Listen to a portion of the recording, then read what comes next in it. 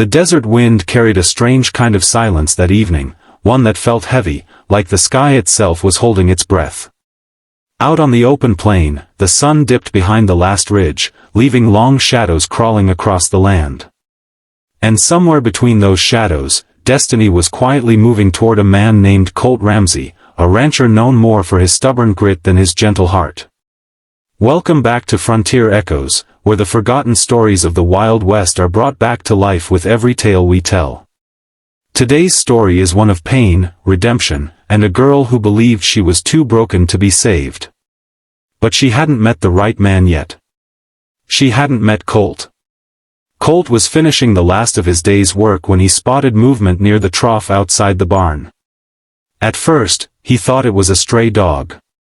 Then, a shadow rose slowly, shakily, like someone trying to stand after days without strength. A girl. An Apache girl. Thin, bruised, dust-covered from head to toe, her long black hair matted with dirt and dried blood. Her clothes, more like old rags, hung off her frame. She looked more like a ghost than a person. Her eyes were hollow, sunken, drained of hope. She stared at Colt, trembling like she expected a bullet instead of a drink of water. Colt raised his hands slowly. "Easy now. Ain't here to hurt you." The girl's lips parted, cracked and bleeding. She could barely form the words, but she forced them out anyway, as if she wanted to make one thing clear before anything else happened. "I'm filthy," she whispered. "Inside, and out." Colt didn't move for a moment. Not because he was shocked, but because of the pain in her voice. It wasn't dirt she was talking about. It wasn't dust or sweat or blood. She meant something deeper. Something that had scarred her soul. But Colt didn't ask what she meant. Not yet. He stepped closer, slowly, like approaching a horse ready to bolt. "Filthy or not," he said softly, "you look thirsty." Her breath caught. For the first time, someone wasn't demanding anything from her. Not yelling. Not judging. Not raising a rifle. Just offering water. She wouldn't come closer, so Colt backed up, filled a tin cup, and placed it on the ground halfway between them. "Drink," he said. "I'll stay right here." She hesitated, glancing toward the open land behind her as if expecting shadows to chase her down. Then she dropped to her knees, crawled to the cup, and drank like she'd been wandering the desert for days. Colt noticed the cuts on her wrists. The bruises on her arms. The way she flinched whenever he shifted even slightly. Someone had hurt her. Someone badly. When she finished drinking, she looked up at him again. "You don't care?" she asked, confused. "About what?" he replied. "What they did to me." Colt's jaw tightened. He didn't know the details, but he knew enough from the way her voice cracked. He didn't want to push her to talk. What she needed now wasn't questions, it was safety. "If you're on my land," he said gently, "you're safe. That's all you need to know." The girl blinked, like she didn't believe him. Like she'd never heard those words in her life. Then her strength gave out, and she collapsed. Colt rushed forward, catching her before she hit the dirt. She was light, far too light. Like she hadn't eaten in days. He carried her inside his ranch house, set her on the spare bed, and started a small fire to warm the room. The girl barely opened her eyes, but when she did, she whispered again, almost pleading. "You don't want me here. I'm ruined." Colt shook his head once. "Darlin', a person ain't ruined just 'cause someone else treated them wrong." She closed her eyes, tears slipping into her tangled hair. That night, Colt stayed awake, letting her rest while he sat near the door with a rifle across his lap. Not because he feared her, but because he feared whoever had done this to her. If they came looking, they'd find a man ready to fight. By morning, she was awake and sitting up, though barely.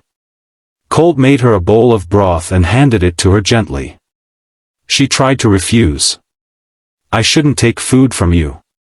Why not? Because I don't deserve it. Colt frowned. Everyone deserves to eat. She studied him, searching for the trick, the trap, the hidden cruelty she was used to. There was none. Eat, Colt said again. Please. For the first time, she obeyed. After a few minutes of silence, she finally spoke. My name is Naira. Colt nodded. Nice to meet you, Naira. She looked down, swallowing hard.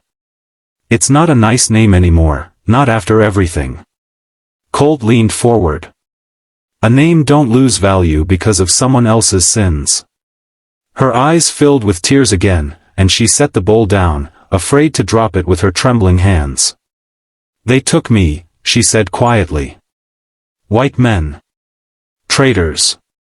They wanted to sell me. But I escaped. Ran until my feet bled. Colt clenched his jaw. His fists tightened.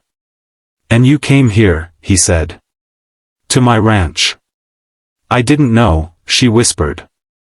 I just kept running. I didn't mean to trespass. Like I said, Colt replied, you're safe. But safety wasn't something she understood. Not yet. Over the next days, Naira learned how to speak without shaking, how to walk without stumbling, how to trust Colt at least enough to accept meals and warmth and fresh clothes he left outside her room. But she would not let him see her shoulders.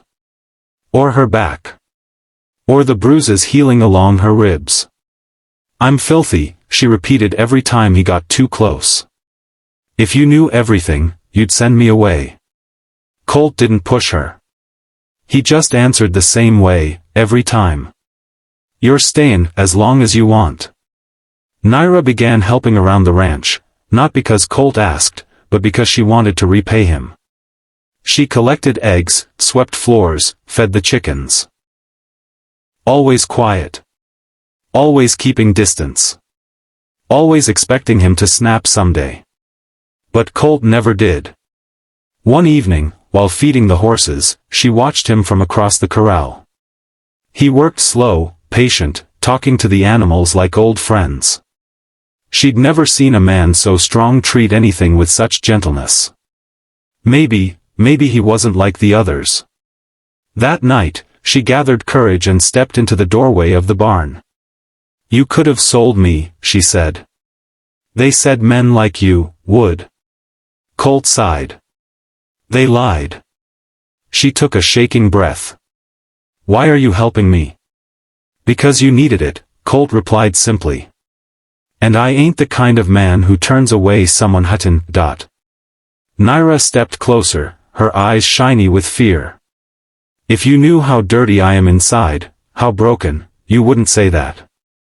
Colt turned to her fully, leaning on the stall door. Listen to me, he said quietly.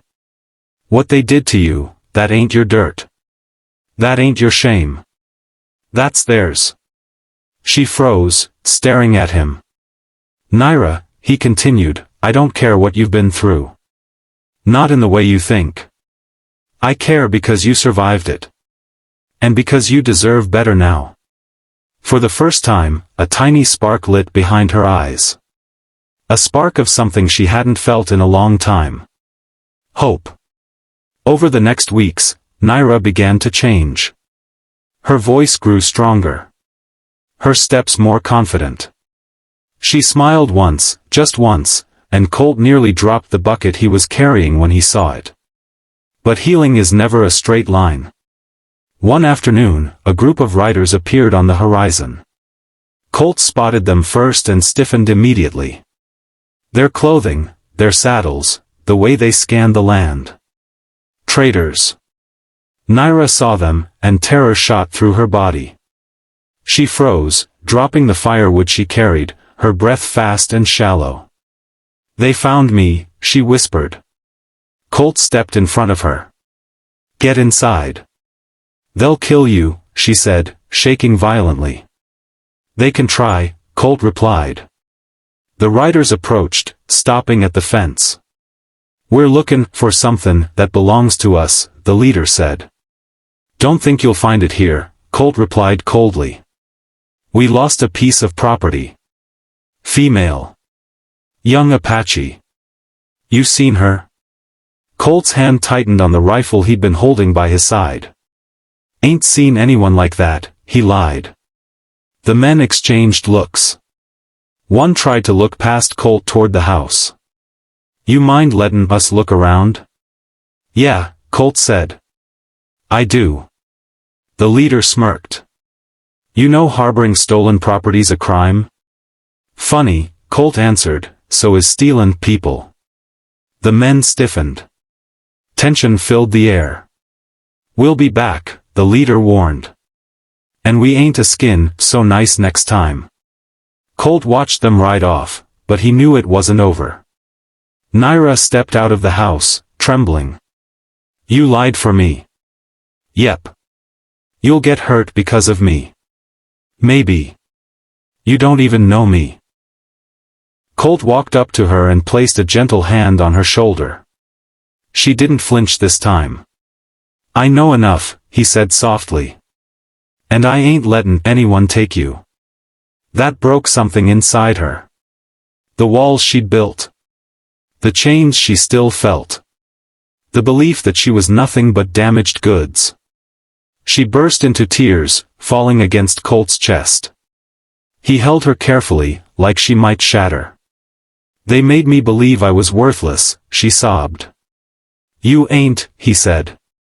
"They told me no one would ever want me. They were wrong. I'm still filthy inside." Colt shook his head. "No. You're hurt inside. That's different. And hurt can heal." She pulled back slightly, looking up into his eyes. "Why do you care so much?" "Because you deserve a chance at a life," Colt replied. "A real life. And maybe I want to be part of it." Naira stared at him, stunned. "You want me?" "I want the woman you're becoming," Colt said. "Not the pain you came with." From that day on, they prepared for the trader's return. Colt fortified the ranch, taught Naira how to shoot, how to defend herself, how to stand her ground. "You ain't property," he said during training. "You're a person. Act like one." She learned fast. Faster than he expected. And slowly, she found her strength again. Her confidence. Her fire. One night, after a long day of work, Naira joined Colt on the porch. The sky was lit with 1,000 stars, the desert wind warm and soft. "Colt," she said quietly. "Yeah? I think I'm not filthy anymore." He smiled softly. "You were never filthy." She reached for his hand, hesitant, trembling, but she didn't pull away when he held it. "I want to stay," she whispered. "If you want me to." Colt turned to her, eyes warm. "I'd be honored." As time passed, they became inseparable. Naira transformed from a terrified runaway into a strong, confident woman who knew her worth. And Colt? He found a purpose he never knew he needed. When the traders eventually returned, because men like them always do, they didn't find the scared girl they'd chased across the desert. They found a woman standing beside the rancher who'd changed her life. A woman who finally knew she mattered. A woman who wasn't filthy at all, inside or out. Just human. Just healing. Just Naira. And Colt Ramsey made sure she never had to run again.